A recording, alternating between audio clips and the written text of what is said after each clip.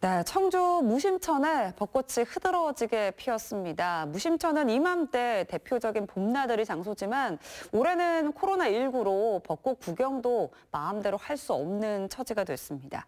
이 무심천이 지금의 모습을 갖추게 된 데는 그리 오래된 일이 아닌데요. 이 무심천의 변화상을 따라가 봤습니다. 홍호표 기자입니다. 흔히 청주의 젖줄이라고 불리는 무심천. 청주시 가덕면 일대에서 발원해서 청주 도심을 관통하는 34.5km의 하천입니다. 무심천이라는 하천명은 사실 그리 오래되지 않았습니다. 장구한 세월 이 하천은 다른 이름으로 불러왔습니다. 바로 대교천입니다. 현재 청주 육거리 시장 지하에 묻혀 있는 남석교가 바로 대교입니다. 무심천이라는 이름은 조선 말기에 등장해서 일제강점기에 이르러서야 굳어집니다. 왜 무심천이라는 이름이 붙었을까? 누구는 불교적인 해석을 하고 누구는 중국에서 유래를 찾지만 아직까지는 수수께끼입니다.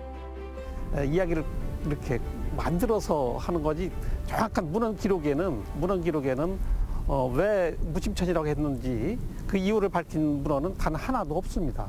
지금 이제 학자라든가 또 일부 글 쓰는 분들이 이 말을 붙여가지고 또 일부 이제 그 불교계 사람들이 이제 어떤 불교적인 어떤 색채가 강한 심천 무심 사상에서 나온 무심천이다 이렇게 해석을 하는데 기록상으로는 나오지는 않습니다.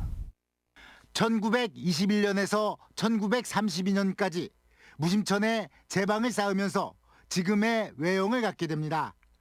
이전까지 무심천은 사행천이었습니다. 하천의 범람이 반복되면서 뱀이 가는 모양처럼 구불구불 흘러갔던 것입니다. 지금도 청주 구도심에서는 이런 사행천의 흔적을 찾아볼 수 있습니다.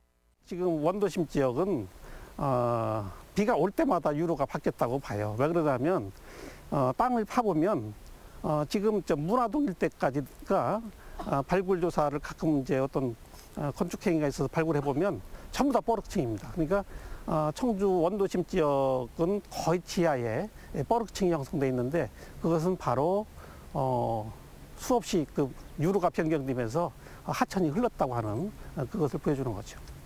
그런데 당시 단순히 하천의 물길만 직선으로 바로잡은 게 아니었습니다. 지난 2017년 처음 공개된 조선 총독부의 지도입니다. 지금의 청주 육거리 시장과 수평으로 흘러 급격히 북쪽으로 꺾이는 무심천이 보입니다. 18세기 후반 만들어진 청주 모계지도와 유사합니다. 현재의 무심천과 흘러가는 방향이 완전히 다릅니다. 청주 구도심 동쪽을 파고들어 흐르던 하천은 지금의 청주대 앞에서 급격히 방향을 틀어 미호천으로 향했습니다. 1923년에 만들어진 이 지도는 일제강점기 이전 과거 무심천의 모습을 생생히 보여주고 있습니다.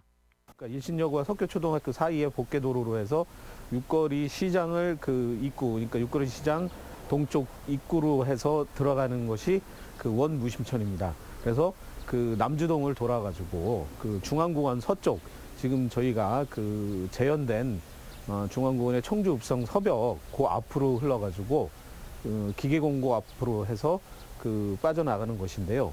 그 효성병원 앞에서부터 지금 서쪽으로 대규모로 돌렸다고 보시면 됩니다. 지난 2017년 청주에 물난리가 났습니다. 당시 무심천 하류 지역에 위치한 내덕동 사천동 일대도 침수됐습니다. 이 일대는 과거 청주 구도심의 상습 침수 지역이었습니다. 이 또한 무심천의 흐름과 관련이 있습니다. 큰 비가 올 때마다 물에 잠기는 곳이 내덕동에 옛날 MBC 방송 그 앞자리 지금 이런 데는 아주 굉장히 지대가 낮은 거죠. 거기서부터 이제 사천동까지 쭉 지대가 낮은 거고 그것이 크게 봤을 때는 무심천 유로하고도 관련이 있다라고 생각은 됩니다. 그러니까 무심천 유로가 그쪽으로 흘렀을 가능성이 아주 높은 거죠. 무심천은 원래 청주 도심과 비슷하거나 다소 높은 위치에서 흘러가는 이른바 천정천입니다. 일제강점기 무심천에 제방을 쌓는 곳과 동시에 구도심의 높이는 최대 1m 이상 높아집니다. 지금의 청주 육거리 시장과 남주동 일대가 생겨나게 된 것입니다. 이제 그 전만 해도 울퉁불퉁하게 있던 것을 그러니까 지금 현재 남쪽에서 북쪽 석교동 쪽으로 저 평탄화 작업을 하셨다고 보시면 됩니다. 그래서 자연스럽게 물이 그 무심천 쪽으로 빠져나가는 것을 지금 추정을 하는데요. 저희가 이제 청주 읍성 관련하고 시내의 그 여러 유적지를 조사를 해보다 보니까 최고는 한 1m 정도 복토가 됐고 낮은 데는 한 60cm 정도 복토가 된 것을 좀 확인을 할 수가 있었거든요. 청주 무심천 벚나무의 등장도 이때쯤입니다. 청주 읍성도나 조선시대 고지도를 보면 청주 읍성 일대에는 버드나무가 많이 있었습니다. 그런데 1914년 이후 무심천 뚝방에 한 그루 두 그루 벚나무를 심게 됩니다. 불과 10년 만에 벚나무는 청주의 명물로 등장합니다. 노세 현상과 외색 논란으로 이 벚나무는 1980년 초 무심천 뚝방도로가 확장되면서 모두 베어집니다. 그런데 버드나무에 대한 유해성 논란 등 우여곡절 끝에 몇 년 만에 다시 벚나무를 심었고 지금에 이르게 됩니다. 조선시대 때는 뭐 뚜렷합니다. 버드나무가 있었죠. 버드나무가 그려진 것이 청주 읍성대도 보면 버드나무가 이렇게 수양모들이 이렇게 우거진 것이 그림으로도 그려져 있고, 그러다가 이제 일제강점기에 무심천 요로가 변경되면서 지금의 무심천 제방을 쌓으면서 이제 거기에 벚나무가 심어졌다가, 사실은 벚나무 심기 전에 한동안은 버드나무가 또 심겨졌었어요. 버드나무가 그런데 약간 좀 몸에 사람한테 안 좋다고 해서 이제 바뀌었죠. 이 시기 청주 도심은 조금씩 북쪽으로 팽창합니다. 하천범람의 위험이 줄어든 게 가장 큰 이유입니다. 일제 강점기의 지형도를 보더라도 지금 청주 읍성이 주로 이제 지금 보면 이제 남문로죠. 남문로하고 북문로에 약간 포함돼서 여기에 원도심 지역이 있었는데, 사직대로죠. 사직대로 이제 북쪽으로는 마을이 없이 논밭으로 있었던 걸로. 무심천만 변화를 겪은 것이 아닙니다. 청주의 역사 원류를 보여주고 있는 정북동 토성을 끼고 흐르는 미호천의 물길도 이때 바뀌게 됩니다. 정북동 토성에서 떨어져 흐르던 하천을 바짝 붙이게 된 것입니다.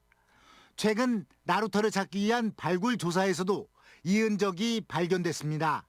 1918년 그 일본 그 육군에서 제작한 지도를 보면은 우리가 잘 아는 정북동 토성의 그 바로 앞에 무심천이 지금같이 이렇게 현 무심천이 아니라 원래는 그 오창 쪽으로 더 그 영일만 같이 만식으로 굽어져서 이렇게 있던 것을 지금 이제 그 땅을 잘라가지고 그 만들었다고 그렇게 보시면 됩니다.